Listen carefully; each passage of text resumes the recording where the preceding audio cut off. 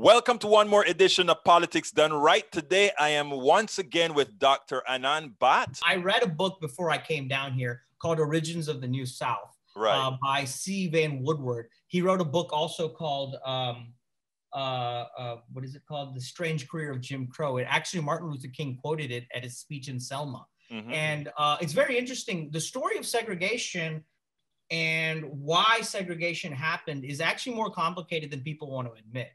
And what happened was segregation and Jim Crow didn't happen immediately after the Civil War. It actually happened about 30 years later. It happened actually around 1900, because what happened was the two-party system, the Republicans were the National Party and the Northern Party, and they were occupying the South. And what happened is the South, after slavery, was dirt poor, had no money, had nothing to tax, because they actually taxed the slaves. And now there was no slavery, there was no money to tax. The amount of money, and the federal government didn't support schools. So the poorest state in the North was Kansas. And it was like $1,300 per year was the annual income in 1900. The average Southern state was like $350 per capita. Wow. So you're talking about Latin. I mean, I want to know, I would like to know in 1900, was Louisiana as poor as Latin America? It might have been. It might have been. I'm not convinced people went to school in Louisiana until the 30s or 40s. Right. So anyway, what happened was the populist movement. And this is what Thomas Frank is now writing a lot more about in his new book.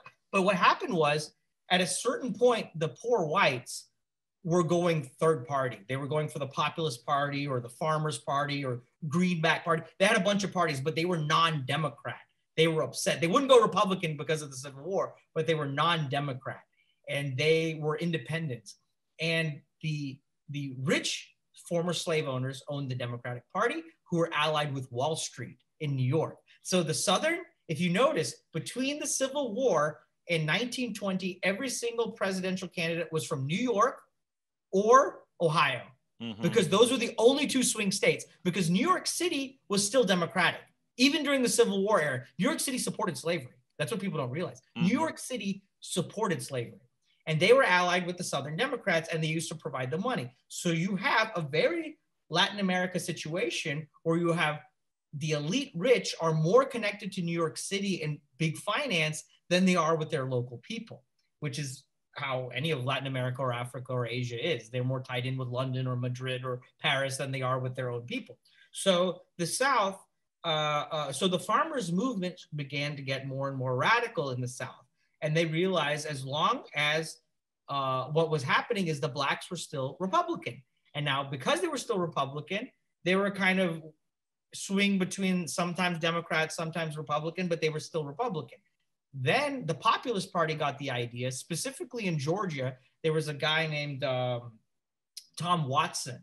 And he's a very interesting person. And he gave a famous speech that said, "We must reach out to the poor black farmers as poor white farmers. And racism is used by the rich whites to separate us and rob us separately." This is said by Tom Watson in like 1892. Wow, we preach that all the time. That's where the separation comes. Yeah. Yes. And what happened is the populists fused with the black Republicans, creating something called the Fusion Party. And in North Carolina, they won the governorship and the legislature.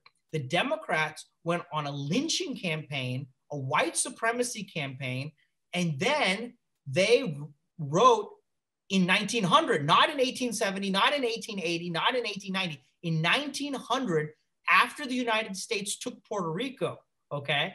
And once the North now had non-white people they didn't want to vote, okay? Then they said, well, we don't want these minorities to vote, and they passed all these Jim Crow constitutions. But it was two ways. They didn't want blacks to vote, so they passed laws for that, but they didn't want the poor whites to vote either, so they made the poll tax. Actually, Texas didn't even have the ban on blacks voting. It was just the poll tax.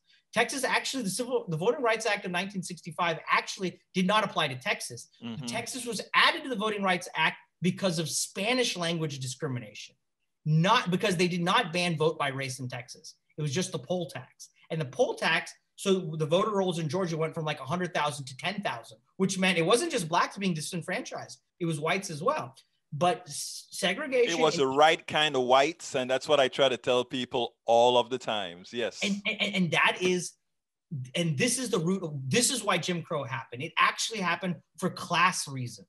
It came because when the solution has been the same since 1892, it's the same solution. Poor whites and poor blacks have to unite. What Tom Watson said then is still true today. And the one time it got close, the elites flipped out. And that's how Jim Crow happened.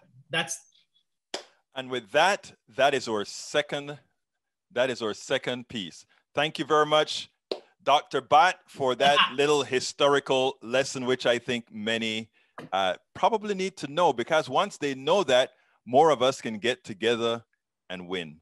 Yes. I mean, read Tom Frank's new book. He actually has gone into the whole thing. When did it start? When did that book come out?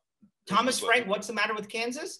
I saw that. That's old. That's old. His new book is called The People Know. When did he release that one? This year. This year, okay. And he talks about it because he was very upset. People keep saying populist means racist. And he says, in America, that's 100% not true. And then he actually went into the history of it. And he says, actually, the populists at that time frame were probably the least racist people in America. Thank you so kindly for having been here on Politics Done Right. As usual, you young man always have a word of wisdom. Thank you so kindly for being here, brother. Great to be here. We spend a lot of time deconstructing the news, trying to parse it into a form that everybody can understand. We try to find those little nitpicks where it flies above the fray, etc. If you really like these videos that we do, I want to ask a big favor. Please go ahead, number one, subscribe to our channel, and number two, please join if you can. Thank you so kindly for watching. Keep watching. Please remember to share. We must populate the entire internet with our progressive message, a message that we know is what most Americans say that they want. So help us, please join.